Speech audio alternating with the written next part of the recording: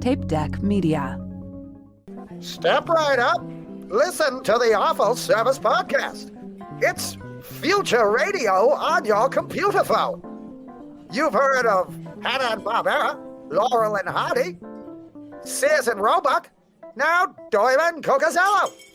Are you a bean counter at your boring job? Listen to the Awful Service Podcast. We've got segments, we've got guests, we've got Karens. The Awful Service Podcast, available where all podcasts are streamed. Brought to you by Tape Deck Media. Ruddle me this, ruddle me that. We got the riddles that'll make you chat. Oh yeah, baseline stuff been through this tight. Get your funk on, we're rocking tonight. One more time. Hello, good morning. Welcome back to Ruddle Me This. I am, as always, your faithful host, Taylor the Taker Ruddle. Got an absolute cracker of an episode for you this week, where I'm going to be joined by my comedian colleague, Tim Kelly. Now, this podcast that we did today was a deliberate effort by me to give less fucks. I've been told that I apparently apologize quite a lot in the podcast. I apologize for things such as audio quality. I think I apologize for rambling on. Basically, the very common piece of feedback I get is that I apologize too much in this podcast. And so I wanted to bring Tim on the podcast because Tim is someone I've been doing stand-up with for probably like 2 or 3 years now. And I got to say, like, nobody makes me laugh like Tim Kelly does.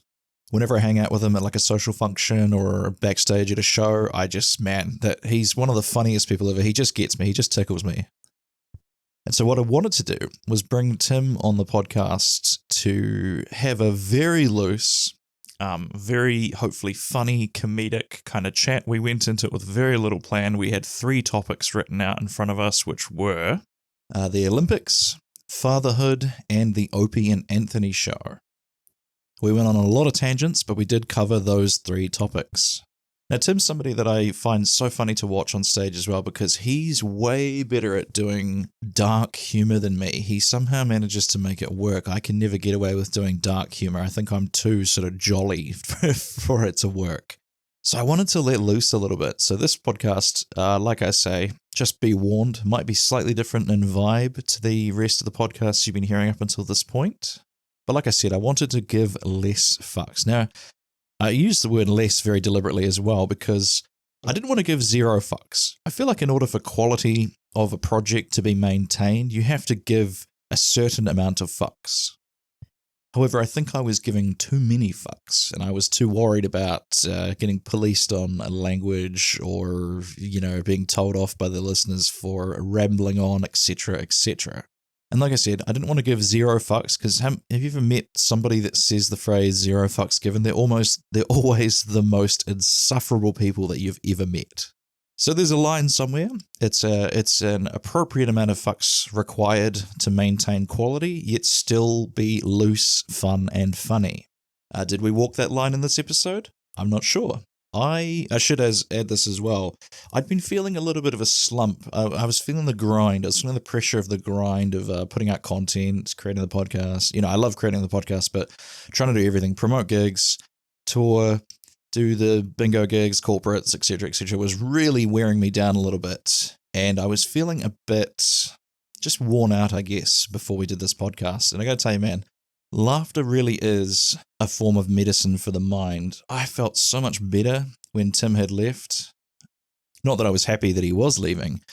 After we laughed together for about an hour, man, I just felt so much lighter. So I hope if you've had a rough weekend, that this laughter will reach you too. And I hope you find this episode fun and funny. And I hope you enjoy it. Another very, very quick note. I just got off a Zoom meeting with Brett Allen, who is the podcast manager, I think his title is, for the Tape Deck Media Network. So Brett, if you're tuning in, shout out to you. Go and check out his show, The Brett Allen Show. Very, very high quality production there. He gets some awesome guests. It's actually fairly similar in tone to what I do. It's sort of he's the host, but he brings guests on. So go and check that out if you like what I do. But we had this real big chat. about how I can grow the podcast, so I can get more people listening, how we can sort of tidy up the SEO and things like that. So I just got to say it was an incredibly energizing chat. I feel so optimistic about the future of this podcast now. I've got a list of about 5 or 6 things I need to do that'll basically be my job for the rest of the day, is to go and do those. It's mostly behind the scenes stuff, so don't you worry your pretty little head about that. Nothing's going to change. It's hopefully just me messing around in the code of the matrix to make it easier to find the show. So hopefully with that comes more listeners, which then turns into more opportunities for me to grow the show, which will hopefully turn into a better experience for you, the listener. If you've been listening since the start, I just want to say thank you for tuning in. I'm going to quote Jay-Z from the start of, which song was it by Fall Out Boy? It was Thriller, that's what it was. Thriller by Fall Out Boy. There's a bit at the start where Jay-Z says, "Thanks to all the fans who held us down till everybody came around." So I'd like to parrot that to you. Thank you for listening. Please keep listening. We've got some really exciting stuff in the works for the future. So I'm going to shut up now. Let's get on with the interview. Please welcome to the show, comedian Tim Kelly.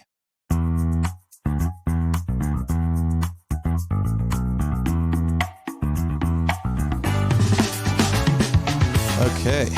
Hello, Tim. Here we are. Hey, Dan.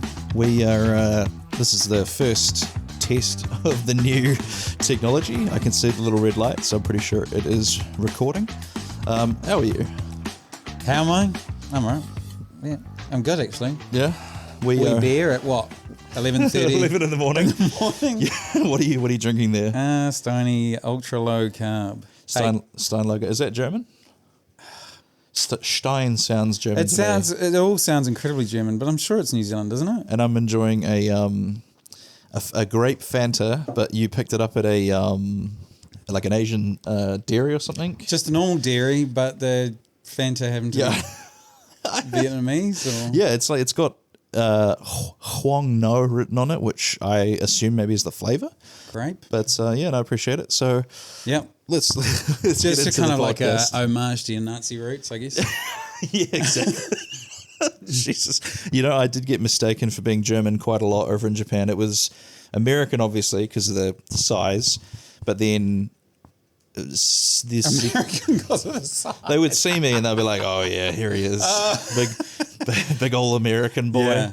Hello there, Yankee. Yeah, but then when I said no, I was not from America, it would usually go to German second. Why? So, Why do you reckon? I don't know. I think I have a German forehead. Like, I feel like maybe they just see you as an ally. Well, that was the thing, is it goes from enemy from World War I to, oh, actually he's a friend, So yeah, that was always interesting to hear the average person's perspective on the Second World War over there, because it was like, apart from the obviously the atomic bombings thing, they almost little thing. they like, I mean, they didn't have any loyalty to the Nazis or anything like that. No. And but it was like, I've heard this about Vietnam as well. It's like they don't really hold a grudge against the Americans. Is that true? I don't know. That was the perspective I got. Although I did have an old man come up to me in a park and really aggressively ask me if I was American. So I think he might have been like holding some grudges there. But like, holding some grudges and holding some ashes. Yeah, hopefully not. Jesus. So let's get into some. We're going to talk about some current events, maybe. Yes. I suspect this podcast is going to be dropping in mid-September, so the Olympics will have been well and truly over at this point. But Forgotten. we're recording it in August, so hopefully by this point it is. You're not sick of hearing about it. But have you been watching much of the Olympics? Yeah, I watched a bunch. Like I've never watched it hard out before. But Yeah.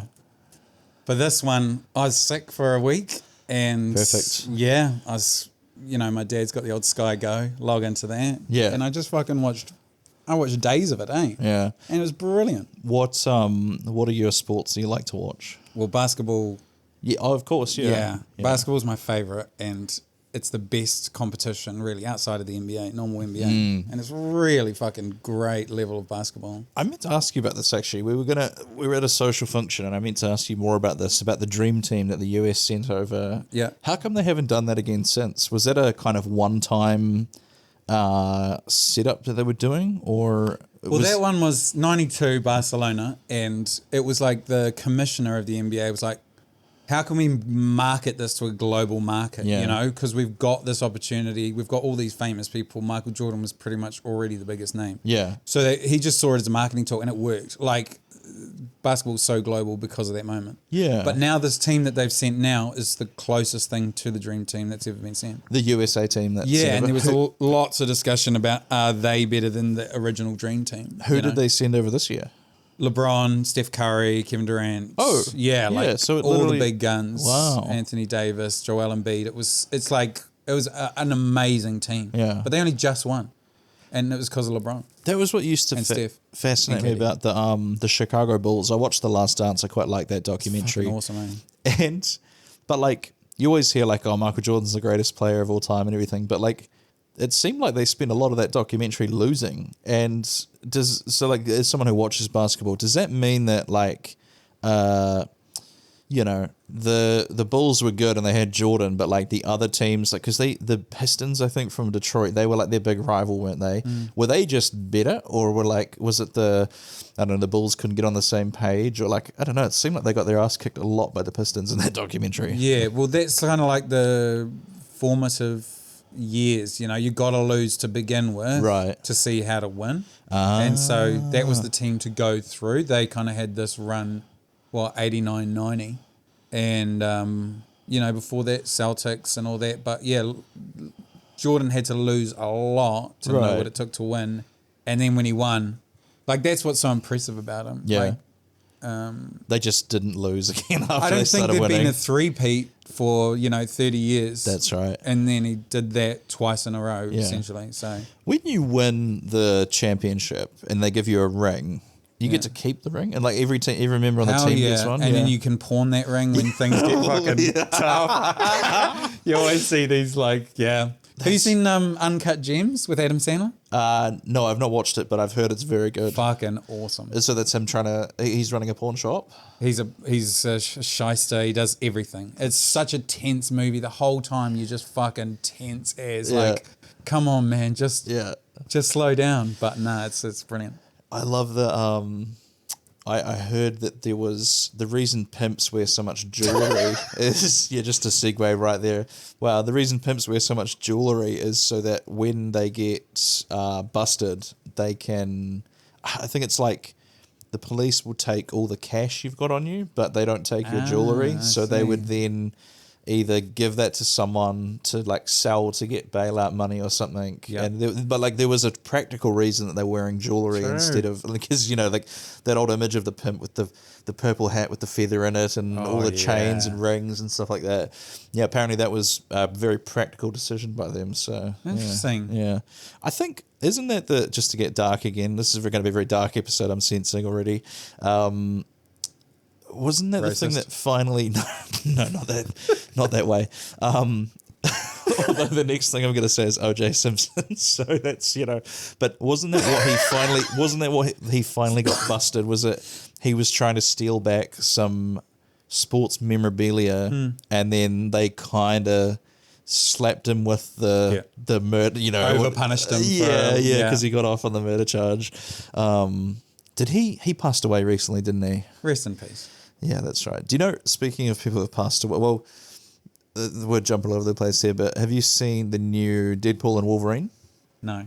So there's a scene right at the start of that uses an NSYNC song that's kind of like brought it back a little bit. Like if you go to the official NSYNC YouTube page now, it says the title of the song is Bye Bye Bye brackets from Deadpool and Wolverine. Oh, wow. And like that's how much it's moved the needle. Have you seen any of the documentary about Lou Pearlman, who was their like manager? So I haven't seen that one. I'm looking forward to that. I've not seen it, but like I've heard people talking about it and I've kind of watched bits and pieces, and it's almost like refreshing in the age of Me Too that all he did was steal money from like he was just From like boys. he was just like a Ponzi scheme, you know what I mean? Oh, that like, he wasn't fucking him? no, he did nothing. Well, actually, I'm not going to go on record as to say because I don't know, but like I did a bit of research on him earlier this morning, and like nothing has come Research? up. No, well, I just wanted to make gotta sure. do your own I just research. wanted to make sure I hadn't. Wasn't going to say anything without backing up, but so far, to the best to the best of my knowledge, there's no inappropriate behavior outside of like. What a good guy. Well, that's the thing. It's refreshing in this It age is, to be eh? like, oh, he just stole me. Yeah, that's fine. He's a white knight. He's a little scamp, you know. Let him get away with it. Just money, fine. Yeah. Oh, you just stole money from people. Yeah. That's lovely. I was actually talking to Matt Lilly, who's my host of Hosstown. He's named his production company MLM Productions. Yeah. What do you think of that? What is it, Men Love Matt?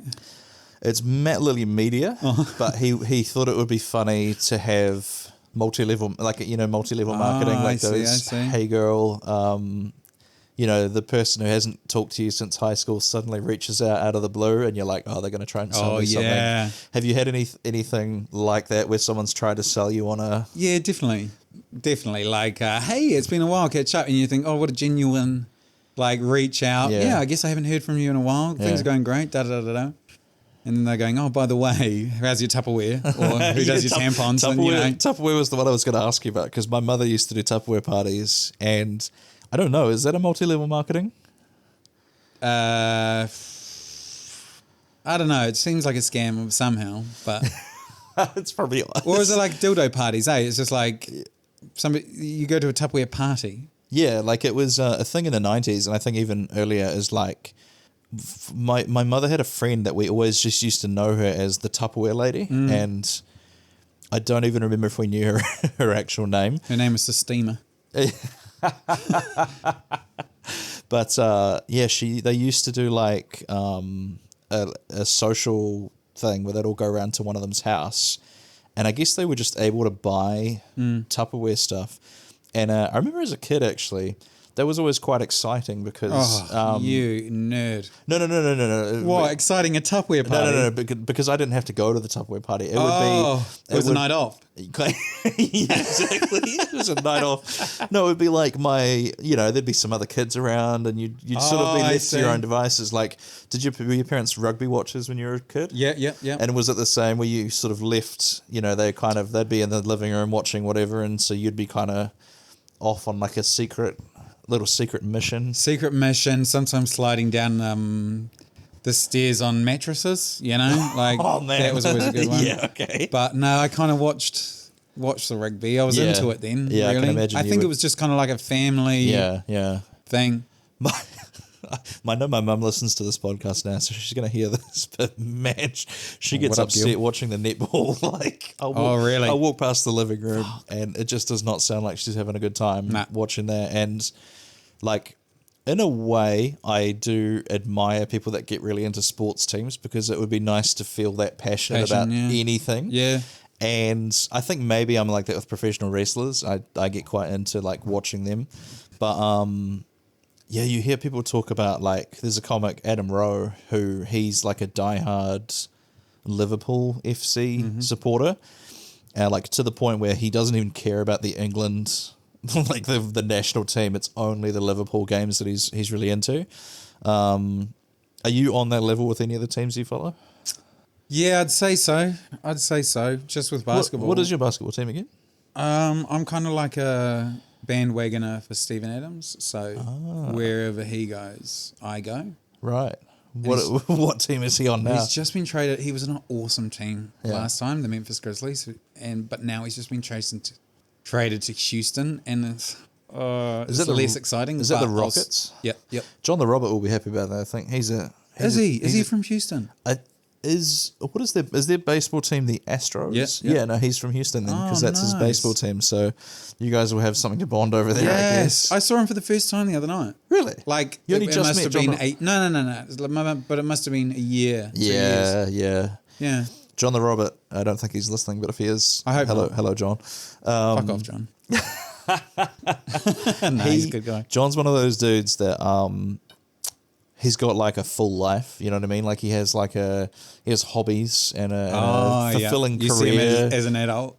Yeah, exactly. So this is the funny thing about stand-up is like, and I guess maybe other performance arts as well, but like it does feel like there are definitely maturity levels to like, and it's not to do with actual age at all. It's almost more a reflection of like what your life has going on. Like, I'm at the point now where I don't generally tend to have obligations in the morning, so I could stay out and just like, you know, after a show, Party all night. well, not party, but just keep going. Do you know what I mean?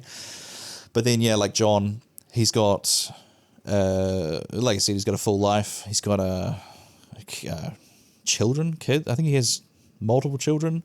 He's got a wife. He's got like hobbies. He's got like a job. So, yeah, no, you sometimes you don't see him for a while, and but it you know, when you do see him, it's all that sweeter because you haven't seen him in a while. So, Yeah. But yeah, what do you feel like you're in the adults? Do you feel like you're sitting at the adults table or the kids table when it comes to Comedy? to comedy? Bit of both, really. I mean, Yeah. I am an adult, despite all evidence. Yeah. But I work full time. Yeah. I've got a daughter, and I've her 3 nights a week, and Yeah. I'm trying to do comedy 3 nights a week. So it's That's just pretty like, good, yeah. And then there's hobbies. Well, like I play basketball, Yeah, golf when I can. that's cool. But I do feel like you're kind of like the older cousins at the family reunion who will like sneak off for a little bit during the day, and you're bit always like, cheeky, oh, but well, a bit sensitive. They can talk to all parts of the family. Yeah, yeah. exactly. Like you're in the room, you come in and you play like Crash Bandicoot with me for a little bit, Yeah, and then you're yeah. like, all right, I'm gonna go, and I'm like, can I come with you? And you're like, oh, no, you stay here, You you stay here, bro. Chill out. Yeah, You're not gonna like it in there. They're boring up there, and then I get up there, and yeah, yeah, exactly. yeah, definitely. So yeah, I mean, I guess so. But I'm such the kid, like but having a kid just takes you straight into being an adult. Right, because you have no choice too, right? But I Yeah. think you have a level. Well, you of, have a choice. I could just not show up. that's true. Yeah, Yeah. a lot of men do make That's that a choice. choice. don't they? Yeah. I get it. But no. Yeah, but I was gonna say as well, like just in terms of your whimsy, like I think I laugh more with you than many other comics. Like, Wow. we just sit there tee-heeing about stuff, so that's always nice. Yeah, well, that's I'm using you essentially, and I was saying we were just to stay young. Like You keep me young. You're like Marie Antoinette, bathing in my blood. You guys keep me so young. Yeah. But we're similar age, aren't we? We're not that. What are you? I'm 36. Yeah, I'm 32, so we're pretty close. Well, I'm 32 soon, but yeah. No, but I'm using you, I guess, in the green room, and I was talking to this with Matt as well, because he's like, sometimes I just need to focus for the 10 minutes before I go out up on stage, and I'm like, well, sorry, because I'm using to get in the, to just try and talk more, try and say because I've usually not talked to a soul all day, Really? well, during certain periods, and so then I get to the comedy club. And I'm like, fuck, I've forgotten how to talk. Yeah. I've forgotten how to relate. So I'm just kind of like using people in the green room to kind of warm up. Yeah. I love it. That is funny how people go in one of two directions for a stand-up set. Is like there are some people who can't stop talking, and then some people that just need quiet. Like Brad, he's a very funny young man. I've noticed he'll kind of just disappear into one of the recesses or the corners of the room, and that's his process. Is he needs to just be alone, I guess, for a bit. But then, some people, they want to run bits on you. And I always feel so awkward when people do that. Because you're like, I'm not going to laugh the same laugh that you would get out there. So just or at least just ask, do you think this is something? Yeah, consent. Because it's not nice. Yeah. It does feel like you're violating my ears. You're using me, but don't They're trying to sneak it into normal conversation. Catch you with it. Yeah, and they're and you just know because it's different from a normal. You see parlance. that look on their eye, like they're suddenly watching. Dun-dun. They're watching you real carefully, and you're like, "No, I'm not giving you the damn reaction." I'll say it now. Are you using me for? Are you using your material on me? Are you running bits on me? You think I'm an audience member? Yeah, come on. I'm not going to fake laugh either, and so I don't want to ruin their. Sometimes I'll interrupt because I don't want to hurt them by. I'm just going to stop you there. Yeah, Chief. Yeah. Please, Jesus. What do you call it? I think it's fine though if people say can I run something by you, because that's funny. Yeah. I think it's the dishonesty that Yeah, I'm it like, is. don't fucking do that to me. It's violating, and I'll listen to it on stage as well. Yeah, you're gonna hear it in a couple of minutes anyway. Yeah. So why? Yeah. but you mentioned being a parent. We're going to talk about that a little bit as well. Like, you said it kind of, well, it doesn't force you to grow up, but like, if you're a good person, then you will step up and kind of get it together. I don't know what the exact word there is. It's not good person. Oh, yeah, it's just kind of like, I think about what if I didn't show up, and how I could sleep at night. Like, you know, I'm one of those self-tormentors. Yeah. So it would just kill me. So that's so wild how you used to hear stories of how dads would just disappear then they would run into them years later and they would have like a new family, and you're like, ah, man, that's so great. That sounds like so much effort. Yeah, but like it's also I think a failure to understand. It's repeating your mistakes and expecting a different outcome, right? It's like, oh, this first family wasn't working out so well, so I'm going to try again with another one. But just do the old on-off switch, and it's just kind of like start again, reset. Yeah. Okay, I know what I did wrong that time. Obviously, look at the kid. Yeah. Now let's start trying again. Here we go. Second time's a charm. I've been reading a lot of this Reddit page called "Am I the Asshole?" and like it's have you heard of it? No. Oh man, it's like it's great. If you really want to feel better about yourself and like you go, oh no, actually I've got things like I've got it together, you know, like compared to this. And it's just people basically posting like what happened to them, and then they basically just want reassurance that like they weren't the one who's making it, you know, did the wrong thing. And there are so many of the like, it'll be, you know, posted by like a 17-year-old who's like in a blended family, and their parents are real. Well, yeah, probably a little bit. So you're getting me turned on here. That was like, fuck, that got me. The parents are like real oblivious. Like they just think like, oh, well, we're like we got married, so now our children are automatically just going to get along together, and we're going to have like another baby as well, and you know they've each got two, and it's just like, man, that sounds like a stressful spot to be in for like everyone. Like it sounds like no one's having a good time when that happens. Oh, I don't know, blended families.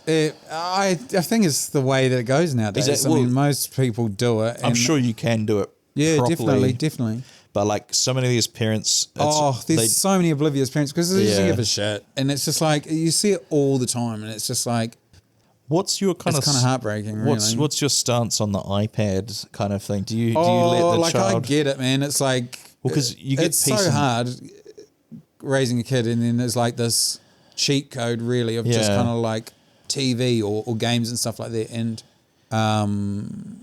like I do really no judgment on other parents because it's a fucking hard gig. Yeah, for sure. But iPad, I haven't gotten there yet. But we do play a lot of like Roblox. Oh yeah. So me and her will play these like team games, and that's kind of fun as well. Though. Like there's certain people who say, oh, I would never even have a television in the room. You know, my brother did that. He was like, his kids, no TV whatsoever. You know, and it's just like, you just gotta read a book or something like that. And then one day we were in the car and he was complaining to my dad about, oh, you never let us watch Knight Rider when we were growing up. And I was like, the fucking hypocrisy. That's what you're doing to your kid now. Exactly. Oh, that's funny. No Knight Rider for them. We used to have such arguments with my parents because we used to watch Cartoon Network. Sure, yeah. And that was on Australian time. So when we would go into daylight savings, everything was suddenly an hour later. And so we wanted to stay up and watch like, I don't know, Transformers or Dragon Ball Z or something. But our parents weren't like, I think if they gave us an inch, we were going to take a mile. So they never relented there. I was going to say about the iPad thing.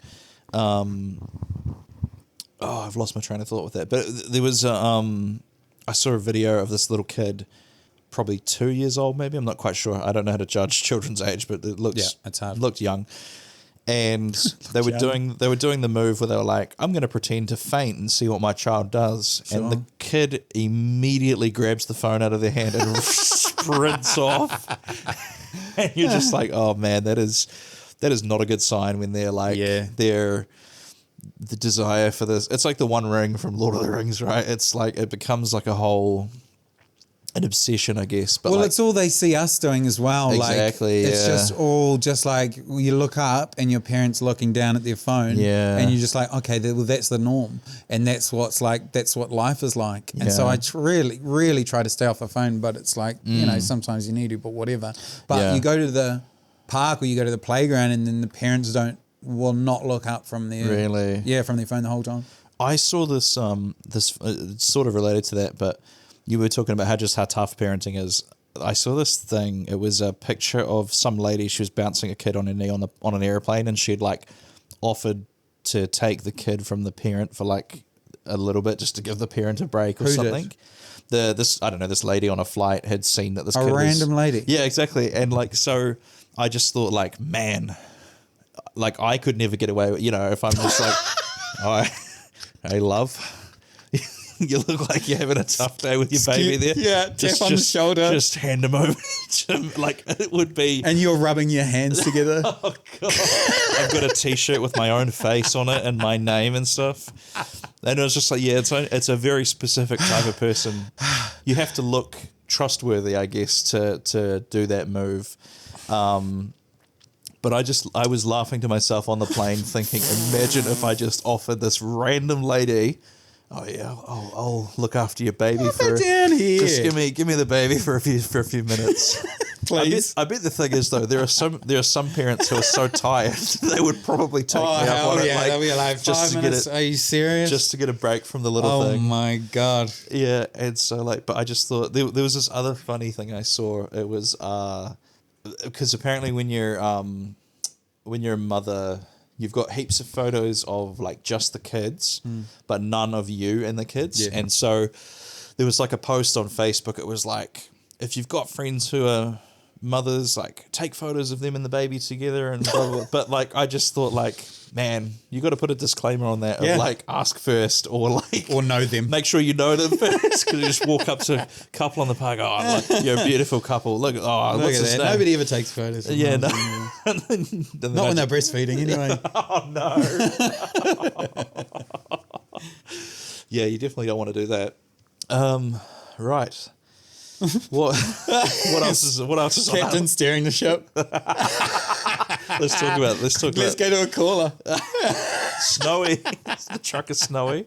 Let's talk about that then. Let's go to Steve from Yellowstone. Oh yeah. Fucking hell. So to the listeners out there, I may have mentioned in the past how I initially got interested in stand-up, but They can't remember. no, and I severely overestimate how many listeners have listened to the whole thing. Like Retention. People get on it like midway through, and then they sort of like. Do you want me to pause it for a little bit? Is that all right? Yeah, that's fine.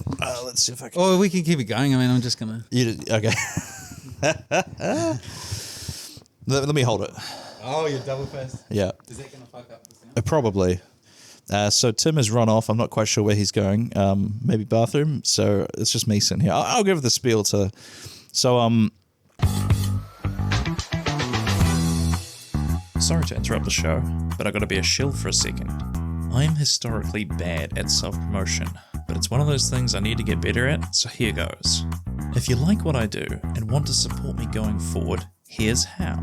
The main thing you can do if you want to help this podcast grow is to tell people about it, share my posts and reels on social media, and of course, leave a cheeky review on Apple Podcasts, Spotify, or your favorite podcatcher.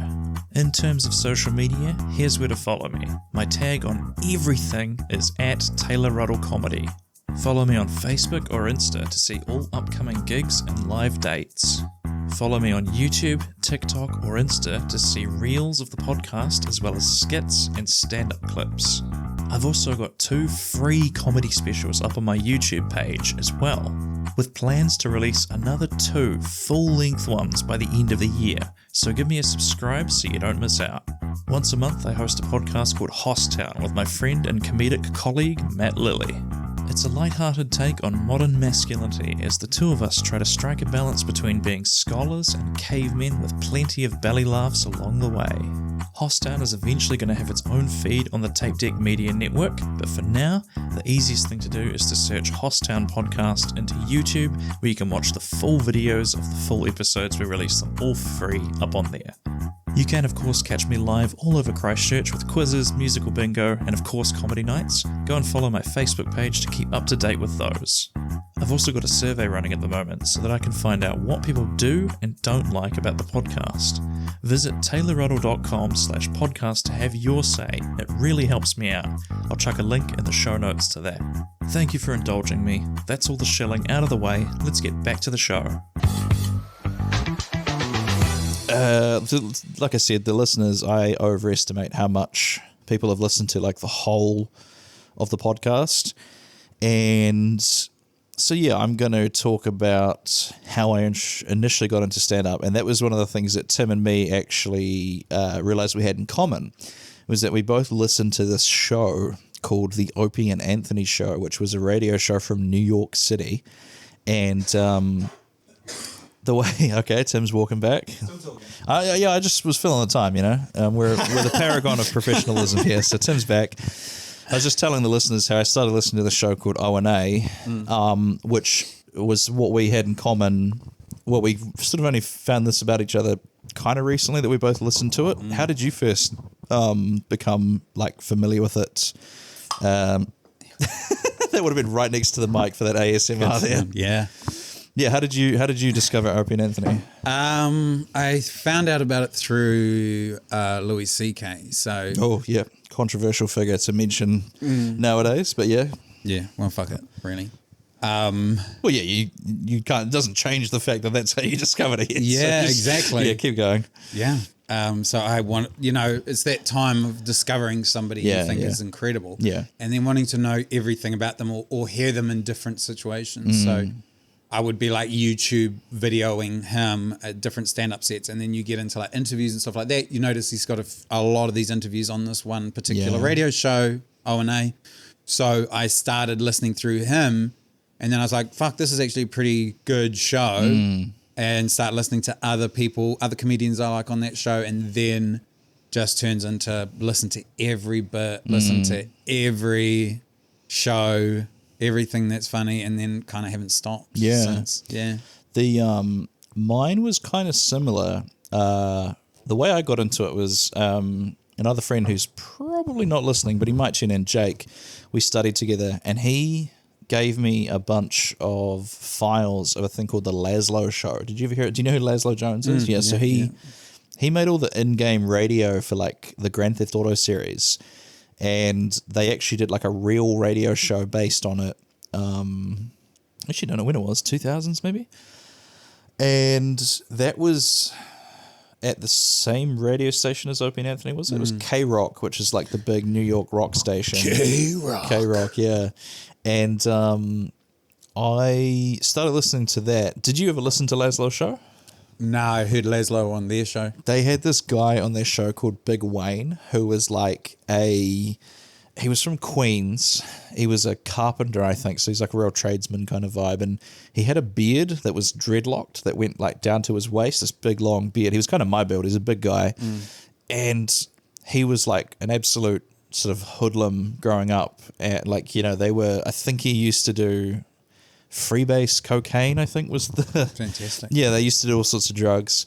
And so he would be driving around. I don't know how Laszlo met him. I think they met at the beach or something. And they'd be driving around and he would just be pointing out like, oh yeah, we used to freebase in that hotel there. And like, oh, that's the corner where we used to pick up prostitutes. And like, he just has all this mayhem stories. And they had this segment that was called Romantic Moments with Big Wayne. And it would be like, plays this kind of, I don't even know what like a romance.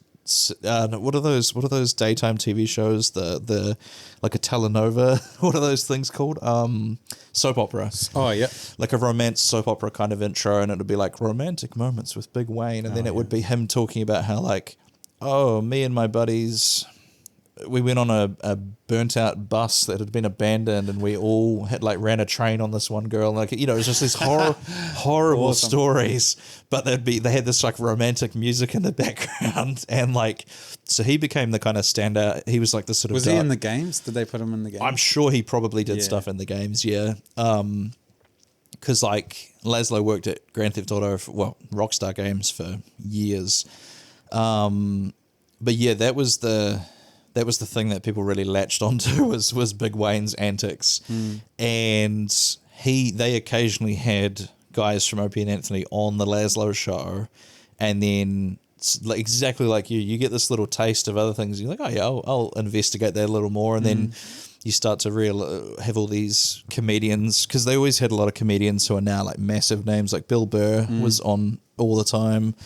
Jim Norton, who you mentioned before. For a long time, Jim Norton was my favorite comedian. He hasn't really released anything for a while though, has he? He's slowly turning into my favorite comedian. Yeah. Like he, interesting figure, old Jimmy Norton. He's had some degenerate stories from his past as well. Fantastic. Yeah, what yeah. a fucking little shit. And he's so open about them as well. So which funny. It was just he is no shame. Yeah, he's so honest. That's what I love about it. That's what I Yeah. love about the whole thing. It's really honest. And it's just really funny, and it's just the best comedians, and it's just you get, as you say, Bill Burr, Patrice O'Neill, and it's just you just start discovering these people, Rich Yeah. Vosses, the Bob Kellys, and then that's how I discovered Colin Quinn. Yeah. And then that's kind of where it's peaked for me, is Colin Quinn. I love Colin Quinn. I think he's his latest. I think he's the smartest, Yeah. funniest cunt. And then I show him to people, and it They don't get kills it. their fucking. Oh, mind. it's so hard. Everybody hates him, eh? It's so hard to. And I just adore him, and I'm like, yeah. And they're like, ooh, It's because fucking douche chills. I wonder what is. I think it's because of the delivery, right? Delivery, It's not polished. Well, it doesn't feel polished because he trails off and mumbles quite a bit. They're not like joke, punchline. No, it's just yeah. kind of It's really clever stuff. But he says some of the smartest things ever, like him talking about how the phone, and then in his latest special, talking about how the phone is basically the apple from the Bible, and it's literally from a company called Apple, because it's like, what is it? The apple was the fruit of knowledge or something, right? And then the phone is all the knowledge of mankind in your hand, and you're just like, man, that is so fucking smart. Like, how did it, you hear those premises, and you're like, how did I not think of that already? Yeah. Like, it's And the HR is like the mafia now. that's right. Fucking great. I loved the bit when he was doing Shakespeare, but it was modern day, like calling, like he chucked cringe in there at one point, and I wish I could remember some of the exact quotes that he said, but yeah, no, Colin Quinn is like, and I just love his in-person abilities as well to be so funny, like naturally and off the cuff, and so mean, like making fun of people, like mocking. That's what I love the best, is people making fun of each other, and they're the best at it. yeah. Well, the whole culture of the New York scene was based off of that, the table in the, what is it, the Olive Tree Cafe. So there's another bit of stand-up lore for the people, maybe the listeners that are only New Zealand based, is like the what is it, the Comedy Cellar in this in New York is like, it's like Mecca for stand-up fans, really. And I think it's below a thing called the Olive Tree Cafe, and there was this one particular table there which were like, apparently if you wanted to sit at the table In the green room. is it in the green room? I think so. Was it? Or No, not? it's just next to the bar in the Oh, cafe. really? Yeah, Oh, yeah. and you can find pictures of it. Apparently, as well, there's a story that they remodeled the place, and just the fact that the table was slightly not where it used to be, they were like, "Oh, it's not the same anymore," and so they fucking moved it back. Like they literally, I think they wanted to get extra counter space, extra bar space, so they shuffled the table down. But then the comics were like, it's not the same anymore. So they literally moved it so that it would be like that. And so, yeah, like you had to, I remember Bill Burr was saying, he's like, you'd be like getting ready to go in there, and you'd be like, okay, like, and you'd be like trying to have 3 roasts in your head to like just so you could get to sitting down at the tables, you had to hit people with roasts to get there. And like, I think by today's standards, it's probably what one would consider like a toxic environment. It didn't sound like they liked it very much, but like, It's just Patrice O'Neill, really. He started there. yeah, that's right. Just his attitude. Keith Robinson and how as well, I how think. funny they are. Yeah. In real life And yeah, and that was how Tough Crowd kind of got started as well. They always Yeah. say they based it on that round table. that's right. That was a Yeah. Colin Quinn creation, wasn't it? Yeah. And the thing with Tough Crowd, it's like, were they ever super mainstream? I mean, it was on a mainstream. It was on Comedy Central. Yeah. And like just before the Tonight Show or just after or something like that. But Yeah. no, it was never huge. And never huge enough to keep, I guess. No, I think what was cool about Tough Crowd is like they would like the insults could be really clever, but then at the same time they could also just say "shut up, stupid" to each other, And like bomb as well. And, Yeah, and acknowledge it as well. Yes, It's that's so right. funny. So that someone tried to say they dropped a line that bombed, and then the others went, "No, just Yeah. let that sit. Let him make him feel it." Ooh. I had a friend that used to do that to me. If I tried to drop a joke and it got nothing. bombed, he'd just sit for a second and he'd be like, "Bet that really hurt, didn't it?" It's like, yes, yes, it did. Of course it did. There's nothing funnier. No, in school, I went to school in Purirua, and it would be like someone would just say, "Go dry," like dry laughs, no laughs, or someone would just say, "No laughs." Oh, that is devastating. Oh, it's so funny, man. It's like getting punched in the stomach is the joke didn't work, and then someone And then acknowledging pointing it. out that it didn't is like an uppercut following that immediately. And that's the best thing about O&A. It's just you just hear the bombs and they acknowledge the bombs. Yeah. And they say that wasn't funny, and it just seems so authentic and like Yeah. unscripted, and that's what I kind of love about it. I kind of like it when, because I do a lot of one-liners. I sometimes like it when a one-liner doesn't work, because like it's Sometimes. that same, I don't know, yeah, yeah, it's like a 90-10, like it's 90% of the time they don't work, but you know, I get that rare 1 in 10 that does all right. But yeah, I don't know, there's something about, I think I've reached, you know, when you start doing stand-up, if you bomb, it's like the worst thing in the world, but then the longer you do it, the less you care. Well, it's not that you don't care, but the less it, you know, it's not going to ruin your week. That's it. You change your attitude changes towards the bomb or the crowd or something. Nowadays, I laugh if a joke doesn't work. Like, Yeah. that's where I'm at spiritually. At least you're laughing. Yeah, exactly. At least one person in the room is laughing. That's how you get through it. The green rooms sometimes will laugh as well if you're bombing. It's just Yeah. like, oh. Oh yeah, if you hear silence from the audience and then you hear like ha ha from the green room, you're like, oh no, they know it's not going well. Here we go.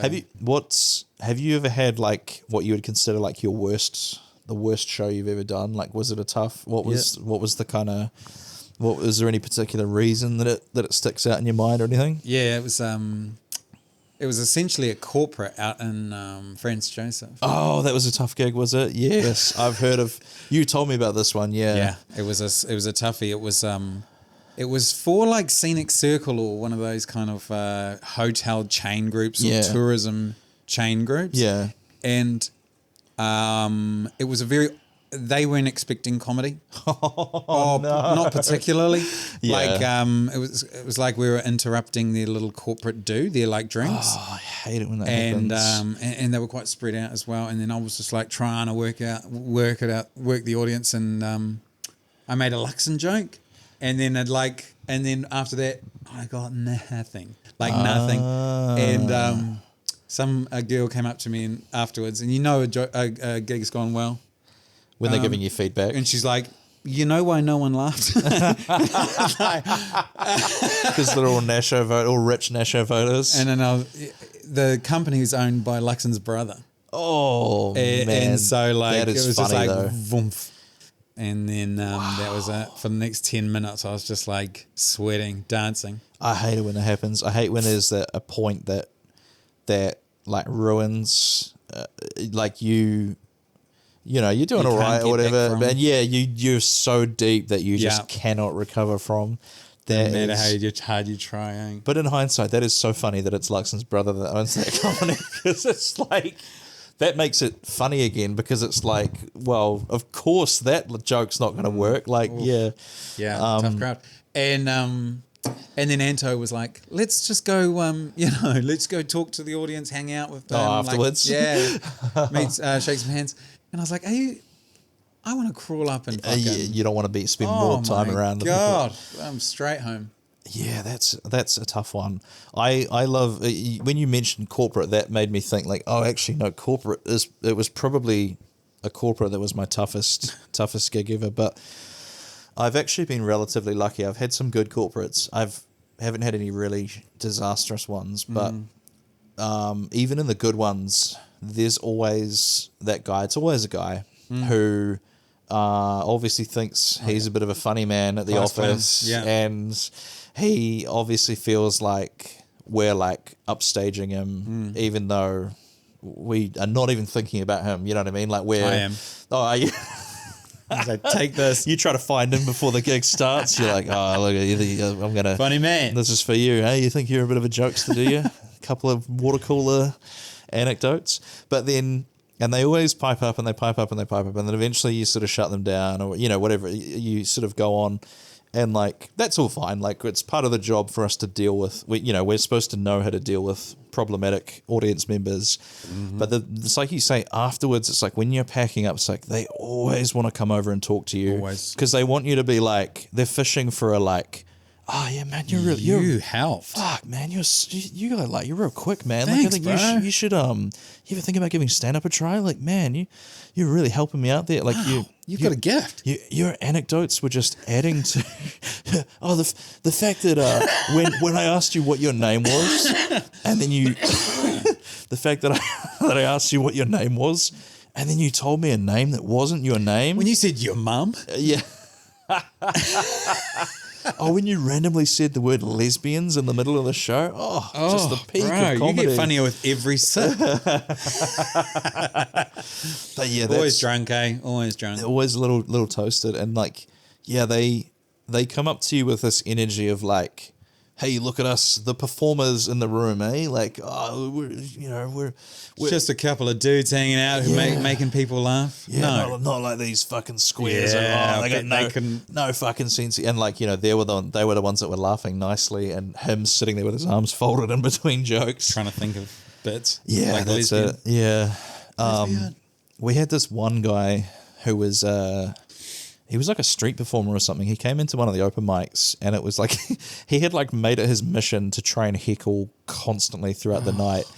And the funny thing about it was he had probably the worst public speaking ability. Like for a guy who is a street performer, you would think he would at least have some kind of like ability to be what's the word, like enunciate and speak clearly and whatever. Speak clearly. Yeah, but it was almost like Colin Quinn. He would mumble his heckles, and so he would start saying something, but all we would hear was just like, and you're like, what the fuck? Is he that drunk? He wasn't even drunk. I think he was just an asshole. And and he apparently he'd come into the venue like earlier in the day because it was just a bar. And he'd told the staff that he was planning on coming back and heckling. I think he had like a day to kill or something. I'm imagining he was like a traveling street performer. And like it got to the point where what the did rest, the staff say? I actually don't really remember. Oh my god! I mean, he did get thrown out. Like he was asked to leave about halfway through. Yeah. But it got to the point where like the rest of the audience were kind of laughing at him because it was like you're doing such a bad job of heckling that like it's just almost comical at this point. Yeah. And I actually learnt a trick that day. It was from Vasu. Did you ever meet Vasu Premkumar? Yes, I love Vasu. Great lad. I don't think he realizes how smart this was that he did it, because I think he just did it in the moment. And the guy said something, and Vasu let it sit for a second, and then he just went, I don't know what he said, man, but I love your energy. And then he just kept going. And like I've nicked that line. Like I'll admit I've nicked that from Vasu. And like whenever, even if I do understand what they say, it's a great move to put a heckler on the back foot, because then they start to question how coherent they're coming out. And like it's positive as well, because like that's the tough thing about dealing with a heckler. You can't go too hard on them, otherwise you flip the audience. The audience feel like you're bullying them now. So that line is great because it's like uplifting, and it's positive, but you're also completely dismissing anything that they said. So genius. I don't know whether Vasu realizes how smart it was. I think he just said it in the moment, but like, yeah, very, very. That's a good shout out. Yeah. No, Vasu's a good lad. We basically, our interaction is sending each other anime memes. I lately. remember you two doing on stage something about like the mock names you would have for each other. Oh, that was so always funny. Yeah, I missed that because he, for the listener out there, I'll give you a taste of a few other ones. So the ones, if you've never seen me before, I am a big fat white guy, and Vasu is he's fucking yoked. He's a shredded, relatively short. No, he's not that short. I think I might just be taller than him, but he's an Indian dude. And so some of the jokes that we came up with, like we called ourselves Indian Jones and the boulder chasing after him, which was I was the boulder, obviously. We were good. This is a deep cut. This is a Dragon Ball Z joke. We were Evil Boo and Good Boo from Dragon Ball Z. Too nerdy. Yeah, you wouldn't Too get nerdy. that one. What else did we call you had ourselves? some awesome ones. Though. We called ourselves Indian Sex God and Vasu. There was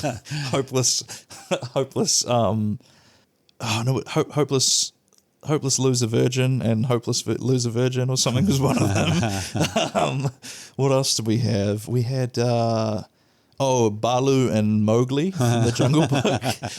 Like that was so so funny. I want to do more of that stuff because that's like you're kind of roasting. It's right on the edge of roasting, but you're not really. I wanted to do one. We're talking about doing what did you call it? The Scumbags comedy tour. Oh yeah, we should do that at the end. Yeah, Scumbags comedy tour. Do some double, like, here's what this and this person look like. Oh, I'd love that. I love that kind of stuff. It would be funny. I think we should. We'll write that down somewhere. I'm just going to check how long we've been doing. Oh yeah, coming up on an hour. Let's do an hour because. I was suggested by a friend, Hamish, actually, who might actually be listening. Hamish, shout out to you. That 40 minutes might be too short for a podcast because he told me he'd listened to a 2-hour podcast on Disney movies or something the other day. So I think an hour is pretty good. If they're still listening now, Taylor, yeah, but nothing we say is going to... Jesus Christ. Let's break out the racism now. We could backload it and then no. We'll fucking front load it, whatever. You know those sandwiches that you get at Mr. Bun? And the strawberry is like at the front. Strawberry's like massive at the front, or there's like a huge piece of avocado sticking there with the chicken all around. It looks amazing. And then the back is just two pieces of bread stapled together. That's this podcast. Is we're currently approaching the bread, bread phase of the podcast. I'm very curious to see what the audio levels are like because this is, like I said, for the listener out there. I'm hoping you're enjoying smooth quality audio because we're using my Zoom. What is this? A P4 PodTrack recorder, I think it is, which is so much easier than setting up a laptop. It's battery powered, so you just swap them out. It looks cool. Yeah, it's great. And with the two mics, that's the thing we were kind of we were thinking this was going to be emulating Matt and Shane's secret podcast, which like we're getting deep in podcast lore here, but like another reason the O&A show I think is kind of significant is because I think it was it was almost like a prototype for a lot of the comedy podcasts you see now. The thing you hear a lot of people saying is that they want their podcast to be like just like a hang with their friends. Conversational. Yeah. And like that's what I'm going for here. That's why there's not a lot of editing that goes on in the Ruddle Me This podcast. Yeah, no need. Which I've had some feedback that they feel like maybe some bits could be cut, but then I've had other all of it. Large swathes. But no, I've had other feedback saying, well, yeah, it's not professional, but that's kind of the point. Like you're not coming to this podcast thinking that it's going to be like in a studio, and like we're literally sitting on my sofa right now. So. We could have the Tim and Tay dances, dancers. And like maybe a live band. Hang on, what is this? Oh, if it's just like kind of for vibes, professional it up a bit. Yeah, exactly. Oh, I see. Yeah, if we were doing like a proper production, yeah, we'd have like those. What are those? They're like kicking. What are like Can? Can dance. I don't know if that's what their proper title is, but yeah, we could The do it. Cantonese, I think. Yeah, good. we could do that. We could get what else would we do? Maybe an elephant. That'd be good, I think. The elephant would be good. Yeah, you just want to make a big entrance. Yeah. Fireworks. Go down like a water slide or something. That'd be right. Get the crowd on their feet early. Peak early. It really is that sandwich, isn't it? They all leave, and then it's just us two talking here. Talking into the night. And that's part of the podcast. You're already asleep. You know, you could put we could put some really offensive stuff right at the end because it'll just go into their subconscious. We're subliminally messaging the listeners. Oh no. Do you listen to podcasts to sleep? Yeah. Yeah, same.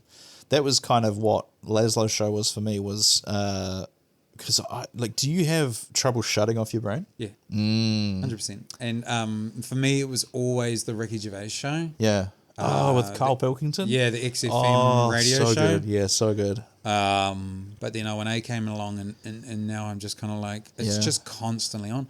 So when I'm walking from room to room, I'm kind of like blank. It's just like so bizarre, but it's just like, I just love being in that kind of Well, because humans, we love realm. We love company, right? Yeah. And that's the best. And we don't have any. Well, I was thinking about this the other day, like, people always talk about we're in late stage capitalism now.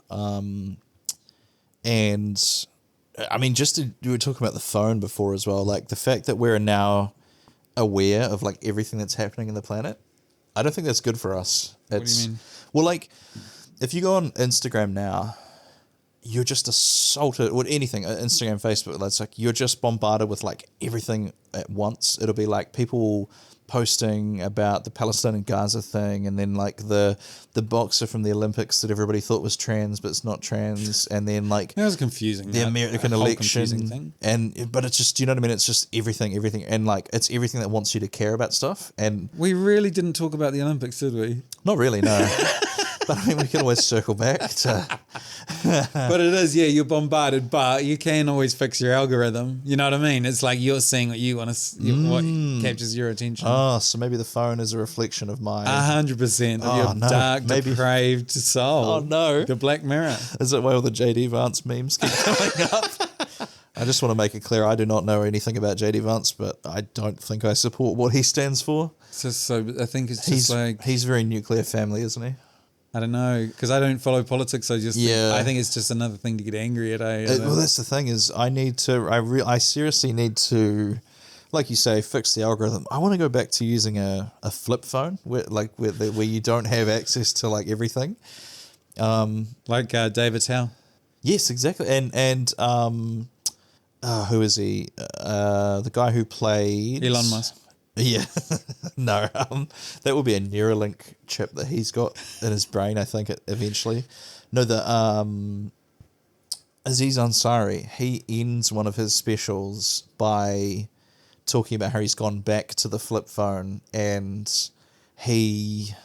wow, because I think for similar reasons, because he was like, he just couldn't handle being aware of everything at once. That's, it's tough because like you don't want to just bury your head in the sand and not think about all the horrible shit that's going on. Yeah, but you like, do. Well, yeah, you want to. Fuck, good point. Yeah, no, I want nothing more than just be like an ostrich. I do the same though. Just focus on the negative. Well, that's the thing. I read something years ago that was like, it made sense to me, and it was like all the shit in the far off reaches of the world that you can't really influence, like that's, it's still bad that it's happening, but like the way that you can sort of get out of that, like being anxious and stressed mindset, is just by doing stuff in your community, like, play with your kids, I don't know, invite your neighbors over for barbecue, like offer to hold a stranger's baby. Yeah, on exactly. A bus. I've been trying.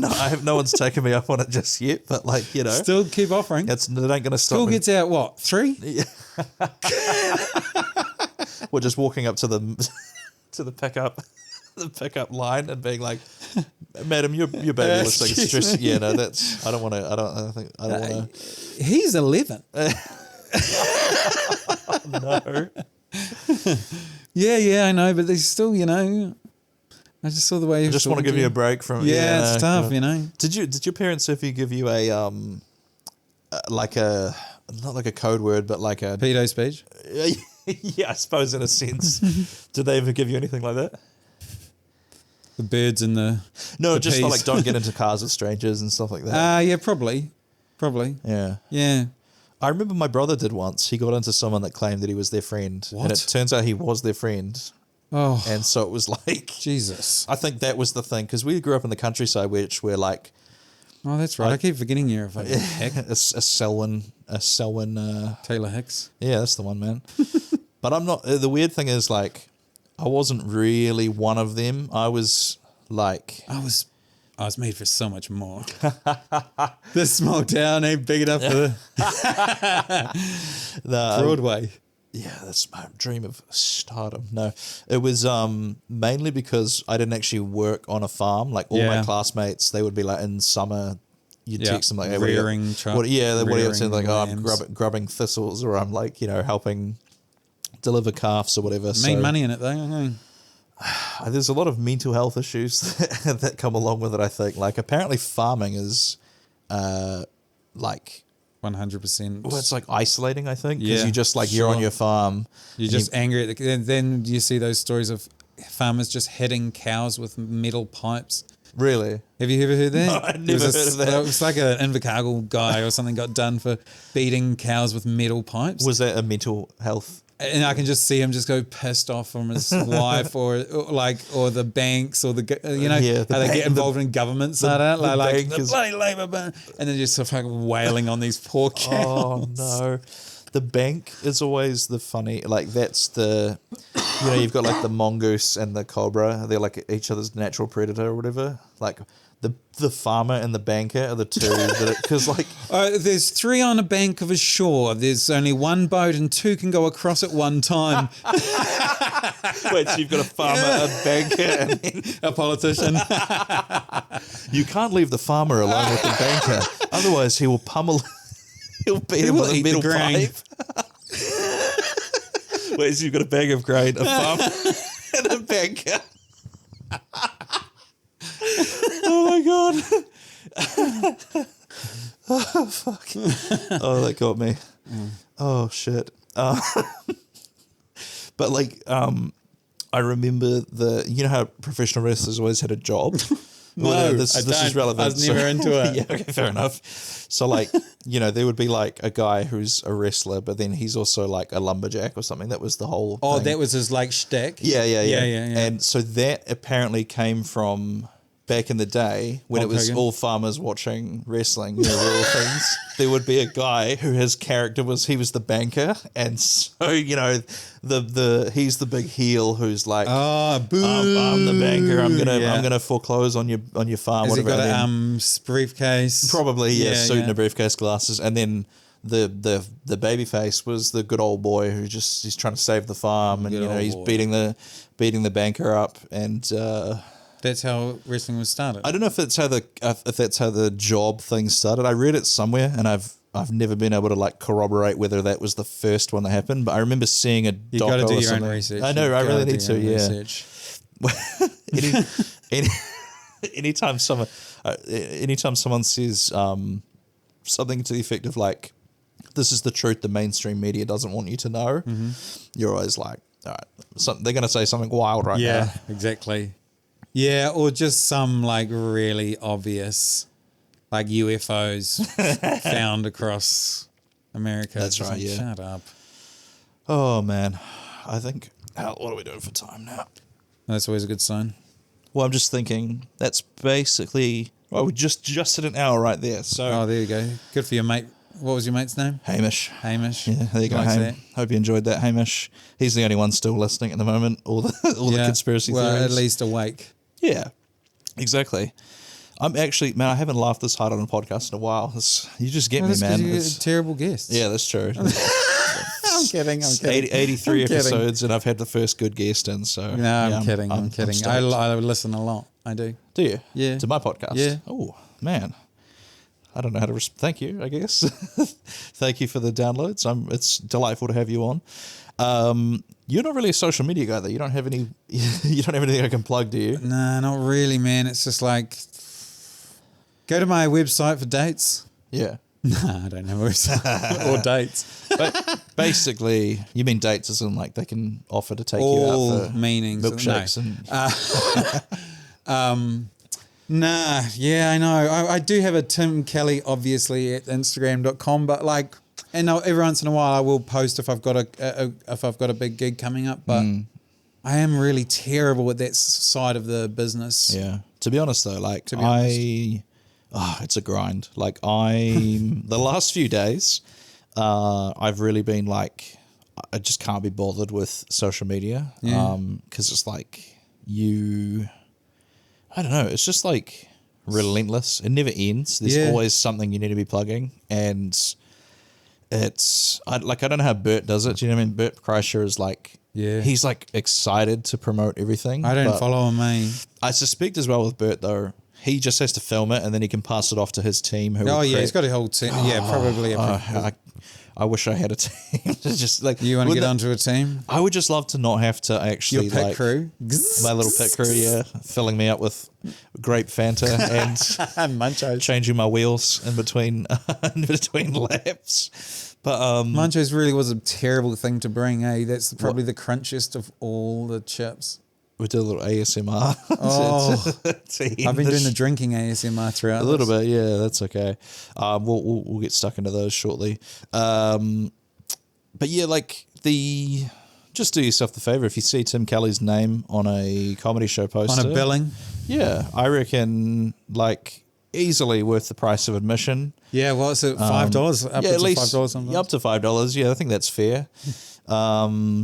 But yeah, no, honestly, man, I think you're fucking hilarious, and the listeners out there, listener need to know. Listener, yeah, Hamish, and then you in a few weeks. All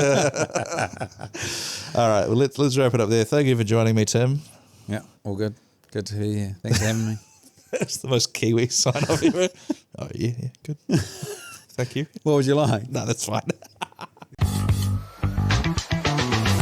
Thank you for listening to Ruddle Me This. Don't forget to hit subscribe and leave me a review on your favorite podcast platform. You can find me on social media at Taylor Ruddle Comedy on all the major platforms. You can also join patreon.com/Taylor Ruddle Comedy for free, which gets you access to all sorts of extras and behind the scenes content, as well as allows you to communicate directly with me and let me know what you think of the show. Tune in again next Monday for another episode of Ruddle Me This, and until then, Ruddle her out.